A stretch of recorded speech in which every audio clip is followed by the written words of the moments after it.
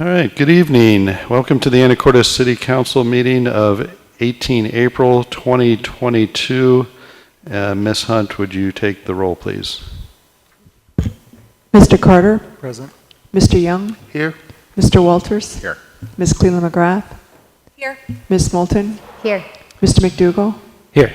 Ms. Hubick? Here. Okay, and since we have some new attendees, please join me in the pledge.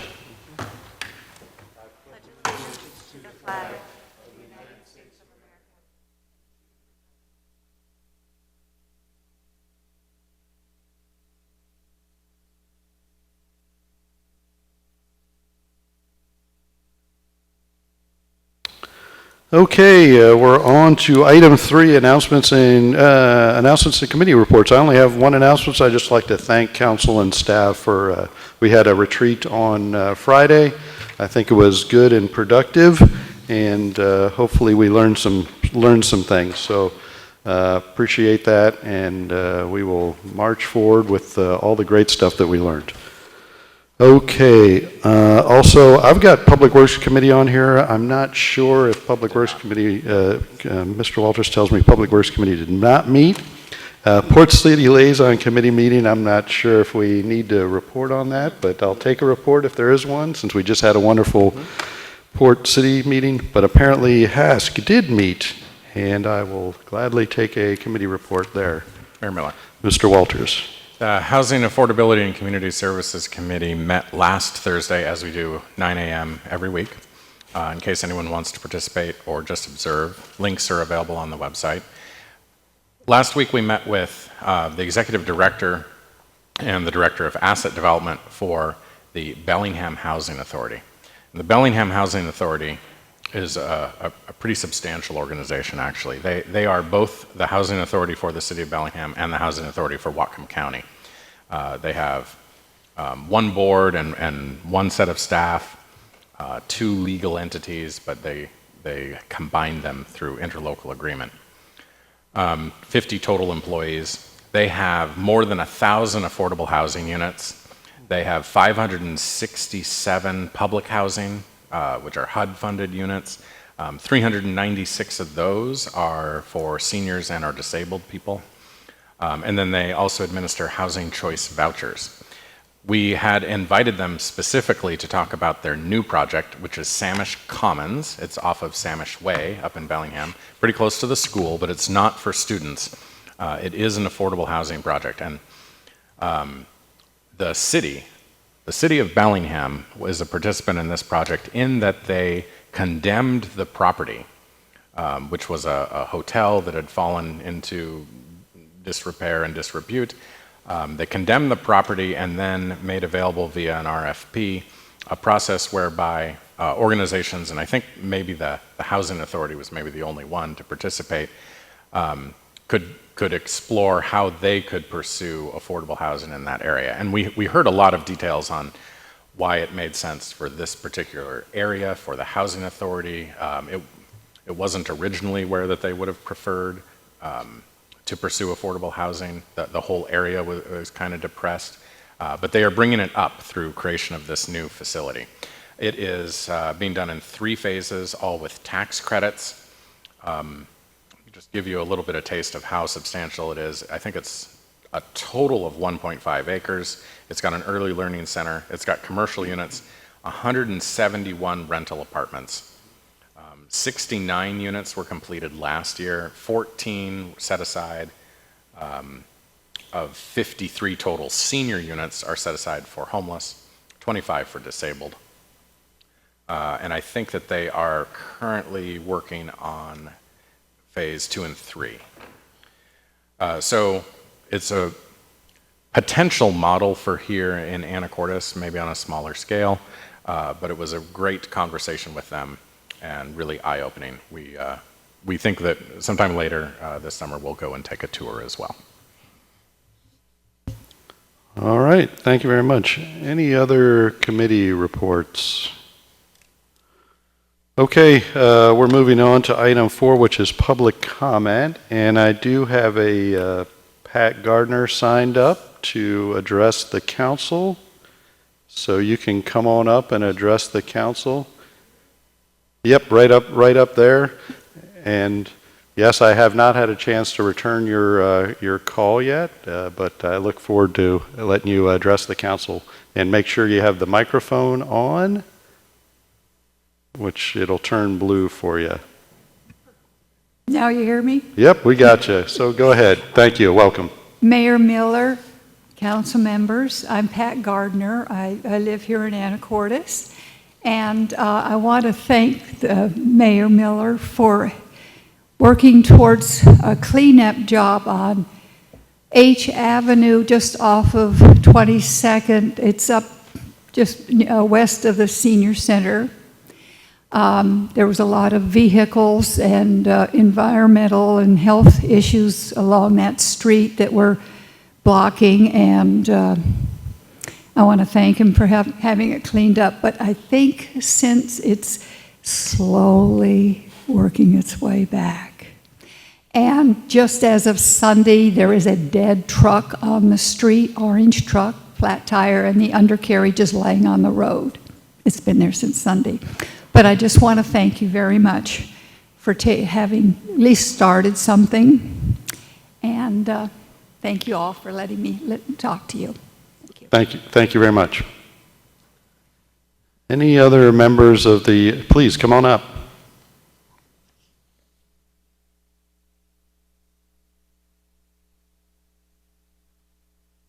Thank you. Hello. My name is Shawnee McLeod. I'm the current chairperson for the Anacortes Pride organization. My pronouns are she, her. I'm here today on behalf of the LGBTQ2IA+ community of Anacortes as a straight ally, partner, and parent. I am just following up on an email that I sent recently to Mayor Miller and members of council. Anacortes Pride was founded in the summer of 2021 when a group of like-minded folks got together on Facebook and decided to enter a pride float in the Anacortes 4th of July parade.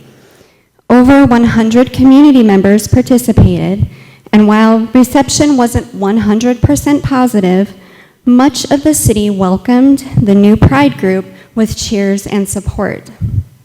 Over the following months, Anacortes Pride began to hold its own events and formed a board along with an official nonprofit designation. We're pleased to announce that our social media following is at over 300 members of the local community and straight allies. We are business owners, healthcare professionals, employees, educators, homeowners, public figures, coaches, customers, neighbors, and friends. And we're working to make Anacortes Pride an integral part and always visible part of our beautiful community. Working to celebrate and bring together the LGBTQ2IA+ community in Anacortes and all of its intersections. We seek to bring awareness to the need for diversity and inclusion in all forms and in support for liberation for all. On June 18th, 2022, Anacortes Pride is poised to host the first ever Pride celebration in the city of Anacortes. Festivities will include a parade, a picnic, and a talent showcase. On behalf of the LGBTQ2IA+ community, we respectfully request that the city of Anacortes issue an official proclamation declaring June 2020 Pride Month. We furthermore request that a pride flag be flown at City Hall as a symbol of acceptance and alliance between the city of Anacortes and the members of the community. And Anacortes Pride is willing and able to provide a flag if necessary. Proclamations are a symbolic gesture that can have significant meaning to those seeking acceptance within their community of residents. They're an opportunity to reflect on a facet of history that is often overlooked and provide acknowledgement of the challenges and rights of individuals that society continues to marginalize, as well as foster the sense of love and acceptance that cities like Anacortes aspire to. We at Anacortes Pride look forward to a positive response and an ongoing partnership with the city of Anacortes. Thank you. Thank you. Any other members of the audience that would like to comment on things that are not on our agenda tonight? Okay, how about those participants online? I show 3 participants online. Okay, no hands raised. We'll move on to our consent agenda, items 5A through F. Mayor Miller, Mr. Walters. I'd like to pull F. Remove item 5F from the consent agenda. Mayor Miller, Mr. McDougall. I'd like to pull item C. Item C. Any other items to be pulled from the consent agenda? Okay, I'll entertain a motion on the consent agenda, remaining items. Mayor Miller, Mr. Young. I move we approve item 5A, B, D, and E of the consent agenda. Second? Okay, I have a motion by Mr. Young, a second by Ms. Moulton to approve items A, B, D, and E on the consent agenda. All in favor signify by saying aye. Aye. All opposed, same sign. Okay, motion carries. I'll go in letter order. 5C, Mr. McDougall. Street fair application, Anacortes Pride Parade. Yeah, I just wanted to point out the agenda bill in our packet says July 18th, and I believe the parade is scheduled for Saturday, June 18th. So just wanted to call that out and make sure that we have that correct on the calendar. So Okay. thank you, and with that, move to approve item C. Thank you. Good catch. Need a second. Second. Okay, a motion by Mr. McDougall, second by Mr. Young, correcting the date of the street fair application on 5C. All in favor signify by saying aye. Aye. All opposed, same sign. Okay, motion carries. On to 5F, contract award OpenGov budget module, number 22. Mr. Walters. Thank you. This is a contract award for the software that we received the presentation on previous week. It's for transparency. It provides us insight into the budget, insight into our expenses. It also has a capital facilities planning module. I think as the attachment in this packet lays out, there are a lot of components. I think software is great. This seems like a nice piece of software, but it can only achieve what we configure it to achieve. And so what I would like is a commitment from finance to work with the council finance committee on implementation, especially capital facilities planning. I don't think that we necessarily have expertise enough in the budget to influence that too much, although the transparency aspects and making sure that it's useful for council, I think, are important. But especially on capital facilities planning, we need to make sure that the worksheets that they talk about in the scope of work that get line up, we only get one shot at that under this budgeted amount. So if we could get a commitment to review those with the finance committee to make sure that they're going to be useful for council, I would feel more confident that we're going to have a good outcome on this project. Thank you, Mr. Walters. Well, you have my commitment, but I'll let our finance director, Mr. Hoagland. Thank you, Mayor. I just want to make sure I understand what it is what the expectation is, Mr. Walters. I'm happy to have further conversations about this for sure, but I do want to make sure before we commit, it's a large amount of money, so I do want to make sure before we commit that we do have a plan in place that will meet Finance Committee and Council's expectations. So if you want to defer this a week, I'd be happy to do that. We can have further conversations about it. Or if you're comfortable, I will do what we in finance can. I'm willing to make the commitment that we will try to do whatever we can to meet those expectations. I mean, if that's sufficient, then we can move forward. I just want to make sure we're on the same page.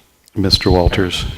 I expect that there will be wireframe diagrams of the worksheets for the capital facilities plan component of this, and that's the type of thing that I think that we have not yet hit the nail on the head on with respect to capital facilities planning. And then so if there's an opportunity to weigh in on the vendor's creation of that prior to the city's final sign-off, I think that's all I'm asking for. Got it. Sure, absolutely. Yeah, and I think that's one of the highest selling points of at least my interpretation of the proposed contract is that capital facilities portion. I think it gives us what a lot of us have been looking for, at least from when I was on council for that, building that capital facilities plan. So appreciate the comments, and any other comments on this one?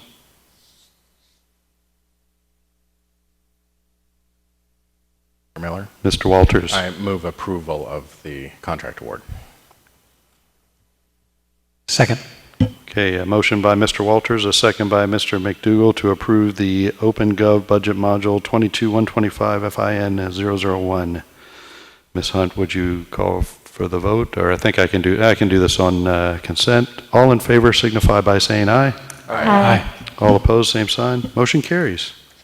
Okay, we're on to item 6. This is a closed record decision hearing for Fiddlehead School expansion, discussion, possible action. I think Ms. Morgan is going to do this, so I can go ahead and introduce Ms. Morgan. Thank you, Mayor. Let me go ahead and get my screen shared for you. Okay.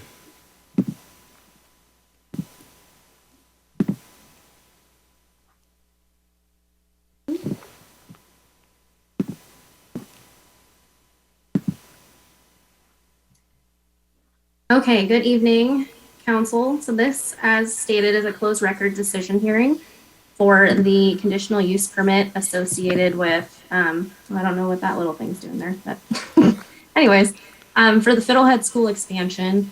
So with this project, it is for the expansion to the north of the, or excuse me, the west of the existing facility for the addition of a preschool facility. The project proposes a new classroom, which should be roughly 1,000 square feet and should accommodate up to 20 preschool students. With the expansion, the applicant is also proposing additional off-street parking as well as frontage improvements that would include landscaping. So a little background on this project. About a year ago, we started the pre-application meeting, which was on April 27th, to discuss the feasibility. Once that was completed, a neighborhood meeting was held on June 15th. And we went ahead and issued the demolition permit for the existing home that was on the property to be converted to the addition of the classroom. Then on January 27th of 2022, that should say 2022. Anyways, the formal conditional use permit application was submitted for the project. On February 9th, it was deemed complete. We went ahead and put that notice of application out on February 16th. As a way to keep the project moving through this process, planning and building went ahead and issued the building permit for the classroom facility on February 28th. The comment period ended on March 9th, and we put that notice of hearing out for the Planning Commission meeting as well as this meeting on March 16th. Our Planning Commission open record hearing was held on April 6th, and the Planning Commission recommended approval with a slight modification, but we'll touch on that in a bit. So again, a little background on what's actually proposed. The Fiddlehead campus will be expanding to the west to that property where the existing residence was and replaced with that 1,065 square foot modular classroom, which would include a fenced-in play area as well as additional off-street parking. The original plan did allocate 7 total parking spaces, but they have upped that to include 8 total off-street parking spaces for staff. And here is kind of the elevations for the new structure. So it'll be similar to the existing modular that's on the campus now. A little background as to why we went this route. I know there had been just some discussion as preschools per our code are defined similarly as a daycare too for this amount of students, which normally would be permitted outright. However, because it is all-encompassing of the project as a whole with the school, which typically does require that conditional use permit, this just allows the applicant and the school as it grows to have a little more flexibility if they decide to use the new classroom for their elementary school purposes rather than preschool. That way they wouldn't run into being out of compliance. So this property is within the residential high density 4 zoning, which as you can see does require a conditional use permit for a public or a private school. And per 1936-040 and AMC 1946-020 C6, this project was required to meet the requirements for schools and the site plan review portion as well. So just some kind of key points for this project. The preschool is permitted outright in that R4 zoning. The expansion of the school is allowed with that conditional use permit. Again, the school, as you can see here on the left, is an existing use. It has been in operation. The project does propose drop-off and pickup, which will be continued off of 27th Street. And to reiterate, no public comments were received from the neighbors with any concern on traffic or noise or anything of that nature. And all staff will have off-street parking spaces, so there shouldn't be any cars parked along 27th or Q Avenue or R Avenue. So to touch on some of the specific staff recommended conditions of approval, the first one just has to do with requiring the landscaping and the fencing to be installed prior to the certificate of occupancy for the existing building permit. This includes a more detailed landscaping plan just to make sure that it meets the requirements for the block frontage designation, as well as the landscaping for this type of use. Again, before a certificate of occupancy will be issued for the building permit that was issued, we will need to have that full compliance with this application as well as the required improvements. There has been a little back and forth between Public Works and the applicant as to what we would like to see. So that is just, this conditions allows a little more flexibility rather than conditioning it strict on what we actually need approved. And then as a way to mitigate any future problems, the city is just asking if we do receive an excess of reasonable complaints in regard to, new traffic generated from the student pickup or drop off, that we do have the right to request a traffic mitigation plan.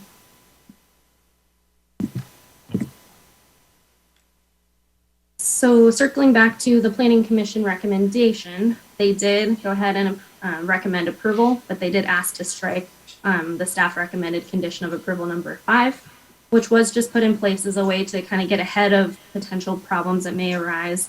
Typically with these types of uses, comments on noise are typically received. So as a way to mitigate that, even though it didn't seem necessary to the Planning Commission, but it was just that all outdoor play, so recess, would have to be altered between the school buildings just to reduce that concentrated noise level. But again, the Planning Commission did not feel that necessary, so it has been recommended to be stricken. And with that presentation, based on the application, the findings of fact, and the staff report, as well as the conclusions of law, staff is recommending that City Council approve the conditional use permit for the Fiddlehead School expansion, subject to the proposed conditions of approval. Okay, thanks for the presentation, Ms. Morgan. And since I think the only party of record is the applicant, is that correct? Correct. Yes, and they are in attendance. They would just need to be promoted if you have any questions. Okay, so over to council for any questions. Ms. Miller? Moulton. Thank you. I just want to say that I appreciate the flexibility of condition 4, that will only be addressed if there are issues and complaints around the drop-off area. I appreciate that flexibility. And also, I appreciate condition 5 being removed about having the stagger outdoor playtime. To me, outdoor playtime at schools and daycares is a sign that we have a healthy, thriving community with happy kids. And if they're out there having a great time, I'm glad to be able to hear that. So yeah, so thanks. Everything looks good. I appreciate seeing the communication in the packet between Public Works staff, planning staff, the applicant. It seems like everything was done really well and all the way around. And yeah, I'll let other people speak, but thank you.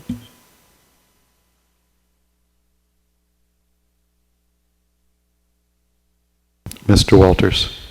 Also, with respect to number 4, I don't anticipate it being a problem in this case, and I don't think that we need to modify it. But in almost any other case, if we are proposing to require later something post-approval of the permit, I think we should actually have more specificity with respect to what excess reasonable complaints are. And the applicant's signature accepting this plan to require them to go get a traffic report and then to also assumedly implement mitigation measures as a result of that plan. But in this case, I don't anticipate it really being that big of an issue.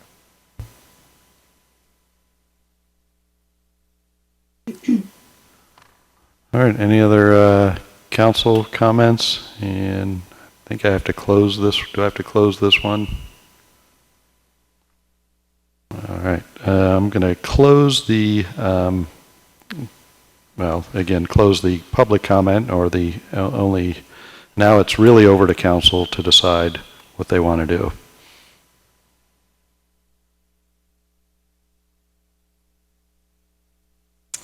Mayor Miller.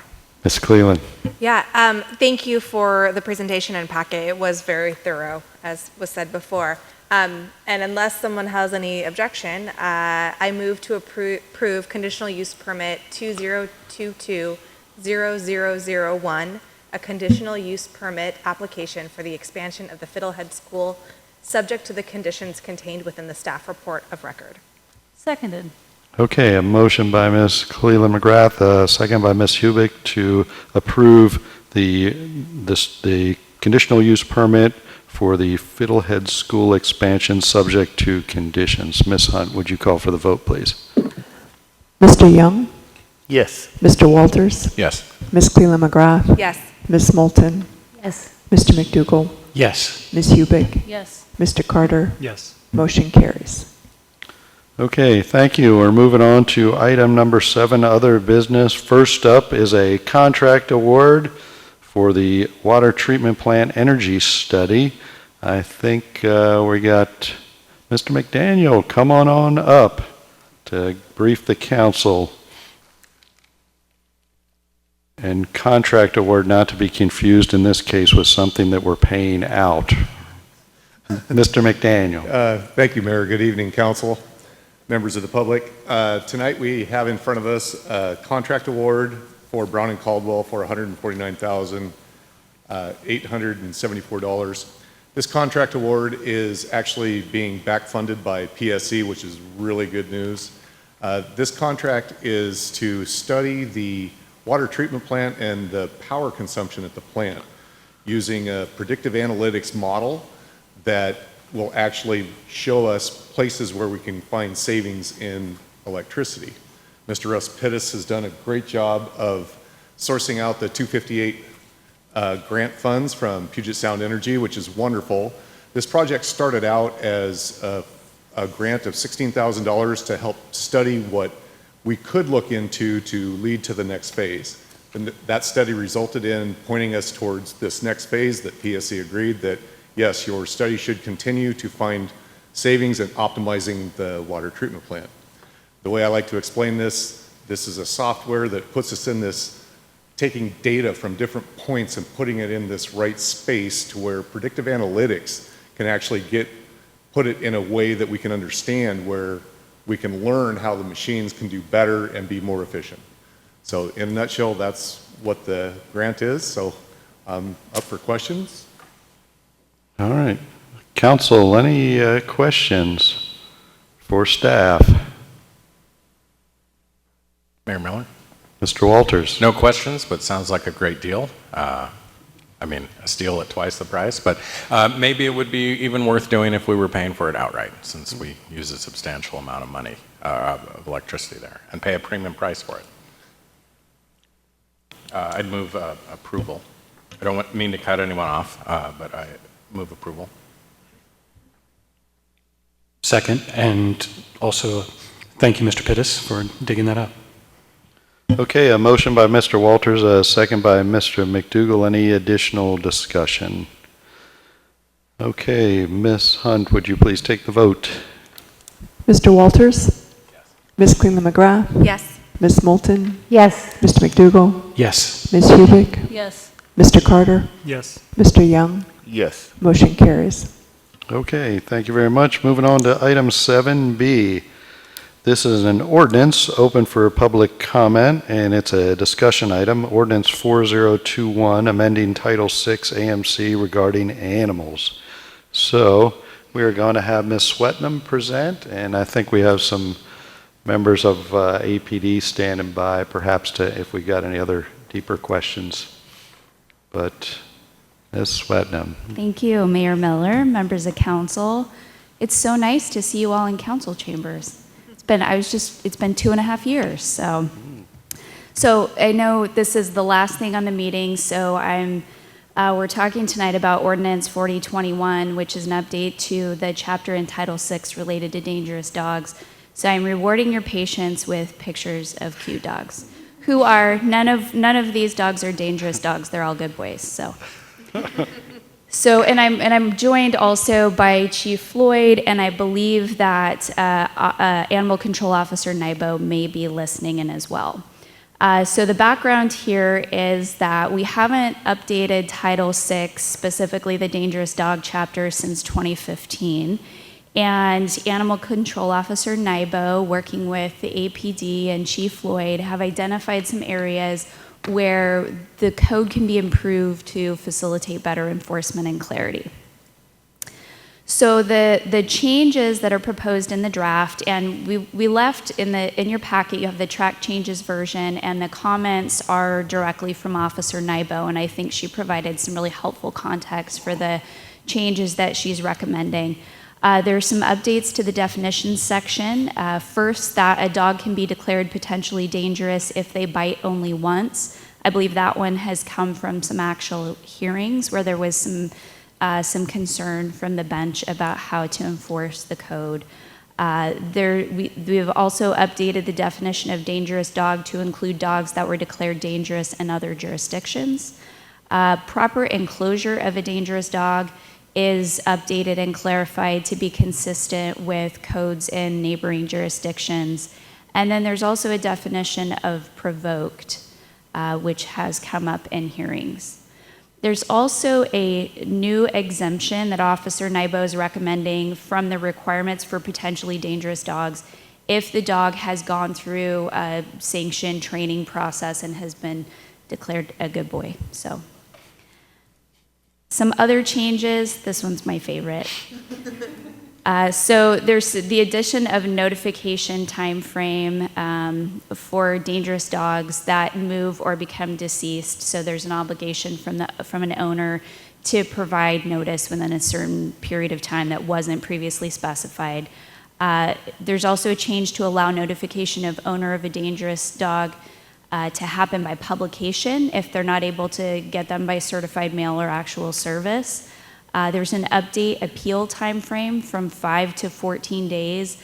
I think that coincides with what neighboring agencies allow for as well. And the booking rate in the code right now is $10. Animal Control Officer proposes increasing that to $15. And there's a proposal to reduce the failure to register or renew a dog from a misdemeanor to a civil infraction, which is also consistent with other jurisdictions in Skagit County. Mayor Miller? Mr. Walters. Does the $15 booking rate fully cover our expenses? That's a great question. I don't know the answer to that. I would be in favor of whatever fully covers our expenses. I don't think that there should be any. Yeah, my guess is maybe Officer Nybo, if you want to chime in on. Yes, that's correct, Mayor Miller. That's how much we charge per day, how much we get charged by the animal clinic to care for our pets. Okay, thank you. Thank you. Okay, this next slide is because there weren't enough pictures of dogs. So next steps are to get feedback from council and the public on the draft that's in the packet, and then we did not recommend approval tonight to give an opportunity to make any changes or additions that are requested, and so staff is happy to bring this back at whatever time frame makes sense to council, and then hopefully seek adoption in coming weeks. Mayor Miller? Mr. Walters. I wonder, Ms. Swetnam, if you could step back and give a broad overview of how the chapter operates. What is a potentially dangerous dog? What's a dangerous dog? How do you become one? What are the requirements? Those kinds of things. Sure. So the general layout of the dangerous dog chapter is It provides a process to protect the public in case a dog is declared either potentially dangerous or dangerous. And there are certain criteria in the code for how an animal is declared either potentially dangerous or dangerous. And those are things like if there's been a bite. I believe potentially dangerous dogs are dogs that have been aggressive off of their property to other animals, whereas dangerous dogs have bit people or were previously declared a potentially dangerous dog and have had a subsequent incident.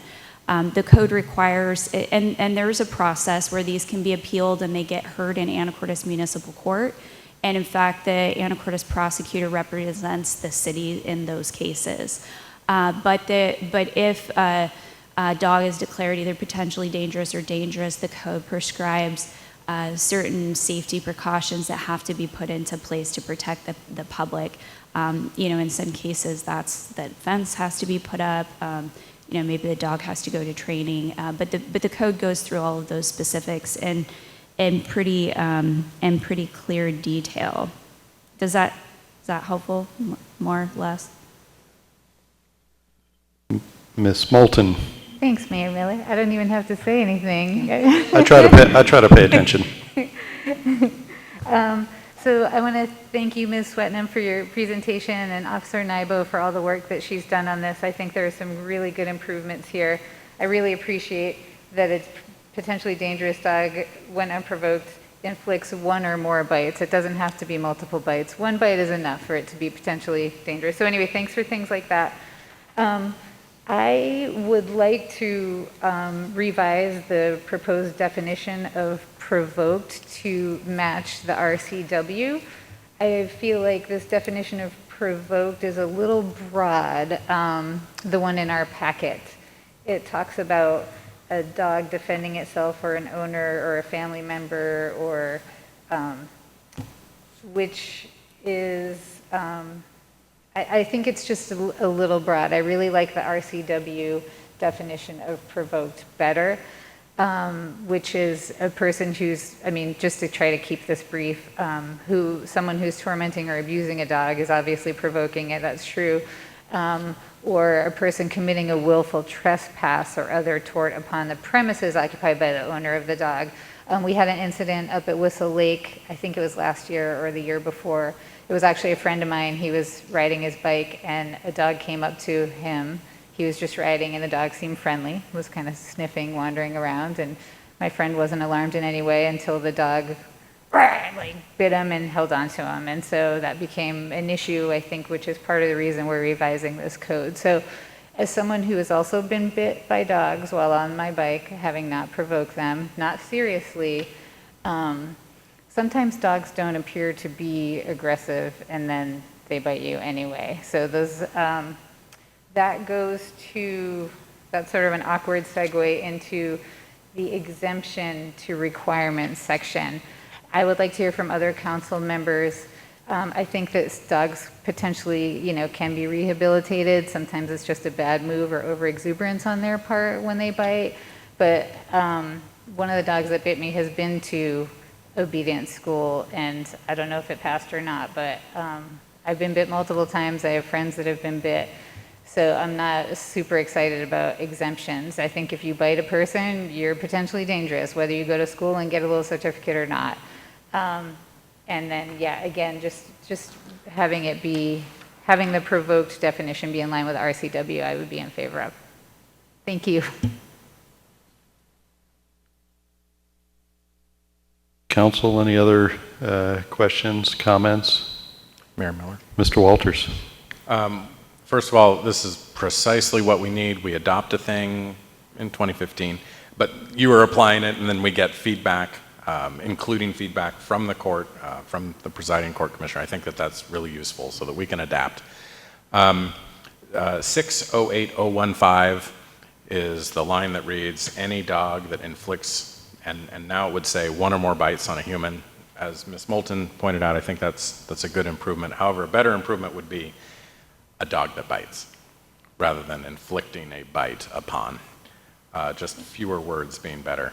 I agree that adding a definition of provoked is good, and I'm inclined to agree with Ms. Moulton that we should try to match to language that is in the statute, but I'd be interested in hearing if that doesn't work for some reason. I think it would be useful to link some components here to violations of the leash law. Because if there's a potentially dangerous dog, or maybe one that hasn't been declared dangerous, if a dog that bites does so because its owner couldn't follow the leash law, then it may really not be so much the dog's fault, but I'm not sure that we're going to fix it by imposing penalties upon the dog. And so if through some violation of the leash law, having the dog off leash in an area not designated for off leash dogs,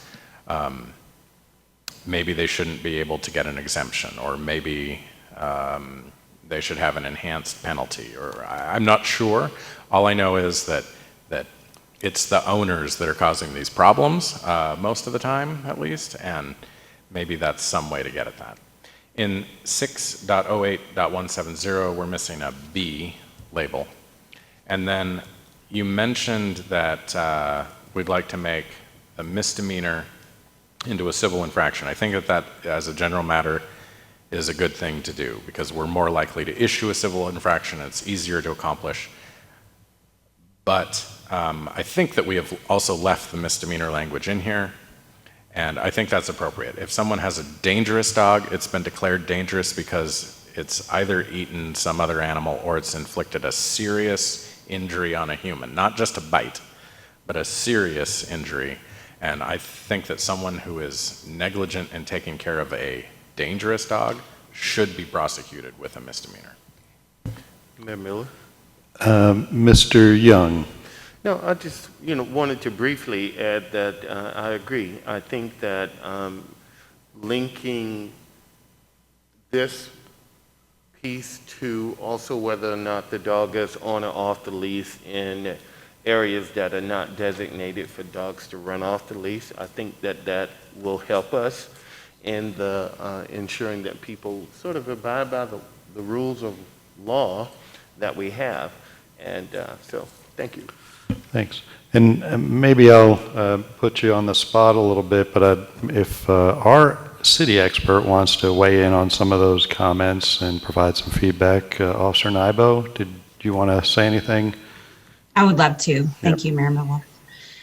So as far as the exemption goes, the AKC Canine Good Citizen test is not something that's taken lightly. So it requires that they go to a registered evaluator, and that evaluator has to go through a course through AKC. They have to pay registration fees. They have to prove that they have the knowledge, experience, and guidance to train dogs for at least 2 years or more. And then the dog trainer has to sign an agreement with AKC on what their expectations are when they're testing these dogs. The first thing that the owner has to do is sign a responsible dog owner pledge, and that includes being responsible for the dog's safety, make sure they will not allow them to infringe on the rights of others, which includes running loose where they shouldn't be, and they're responsible for the dog's quality of life. And then they have to go through 10 tests in this Canine Good Citizen. So there's 10 steps for that. And this is something that has to be set up ahead of time, because you have to have volunteers, you have to have dogs. So just a few of these tests that are really important to me. Number one, they have to accept a friendly stranger. So the dog has to sit nicely while a stranger, somebody they've never seen or met, comes up and shakes hands with the dog's owner, and they exchange pleasantries, and the dog cannot show any aggression or even shyness at that point to pass the test. They have to sit politely for petting from a stranger. They have to be okay with somebody touching them, like petting them down their back, reaching down and touching their paws. They have to walk on a loose leash. They have to be able to walk through a crowd, and that crowd includes multiple people and a dog. And they can't pull on the leash or show any aggression. They have to sit and down and stay while the owner walks across the room. They have to come when called, and they have to behave politely around another dog. So there's two handlers that approach each other with their dogs, and they have to sit while their owners shake hands, and then they walk away. They have to be okay with other distractions, such as somebody opens an umbrella suddenly or a book drops on the ground. And then they have to be okay with supervised separation, where the owner hands the leash to the stranger and walks out of sight. So every single one of those has to have a passing grade in order for them to be issued the Canine Good Citizen certificate. So it's not something that all dogs, even anybody's dog, is going to just all the way pass right away. It takes practice. I'll also say that, typically Canine Good Citizen tests, they cost money. So, the owner is taking that moment to be like, okay, I'm going to put something towards my dog's education and I'm going to pay for this test. And most trainers, if there's any question on aggression issues, they're going to separately evaluate the dog and then recommend training first, try to work them through that. And these trainers that are doing these tests absolutely fail dogs. And sometimes they fail them multiple times or tell people they will not pass. And then what I have proposed in there is that they have to redo this test every couple years. So there are other agencies that do this, and they have very few people that go through it.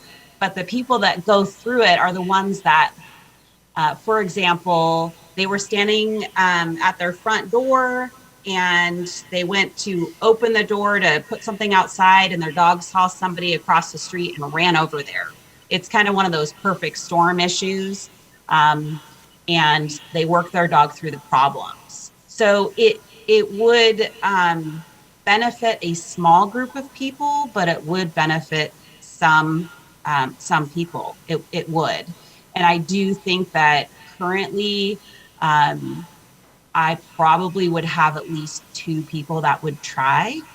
I don't know if their dogs would pass. And that would only be for potentially dangerous. Absolutely never for dangerous dogs.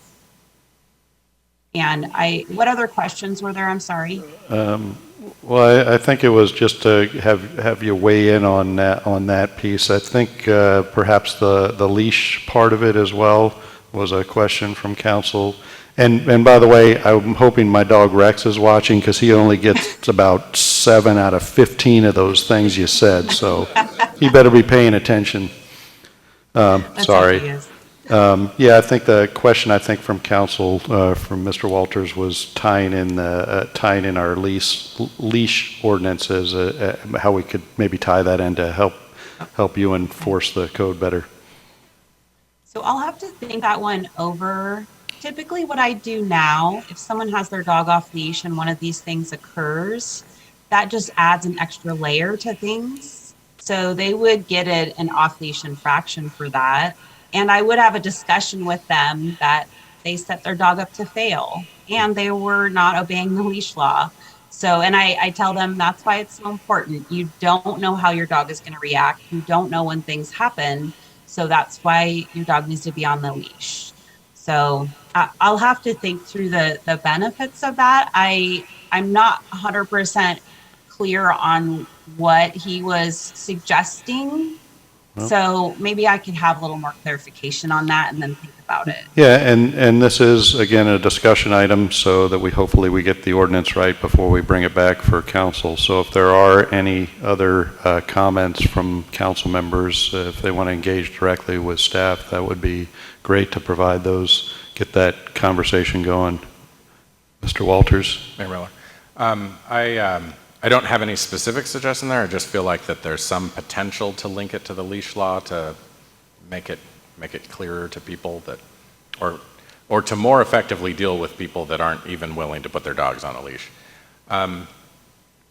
In 6.08.015, in the definitions of potentially dangerous dog and dangerous dog, we've got the phrase added here, or declared potentially dangerous in another jurisdiction. At the end of dangerous dog, it seems to me that should be or declared a dangerous dog in another jurisdiction. But then we don't have that phrase at the end of the definition of potentially dangerous dog, and it seems like we should have it there. Does that make sense? Can I speak to that? Can I speak Yep. to that real quick? Yes, please, go ahead. So the way it's currently written is I want to be able to say if a dog comes into the city that's potentially dangerous and then acts aggressive again, then I can bump them up to dangerous, even though I didn't originally declare them as potentially dangerous. And then the potentially dangerous doesn't have that, which is something we were wanting to add. That's one of the things I wanted to add in the code, that if they're declared in another jurisdiction, they're automatically declared here. Okay, I would just suggest that you take a look at, I don't think we've achieved that with the text here in the packet, so just take a look at that Okay. and see how it might be reworked. I see what you're talking about, Councilmember Walters, and we'll certainly have a staff discussion about how to accomplish that.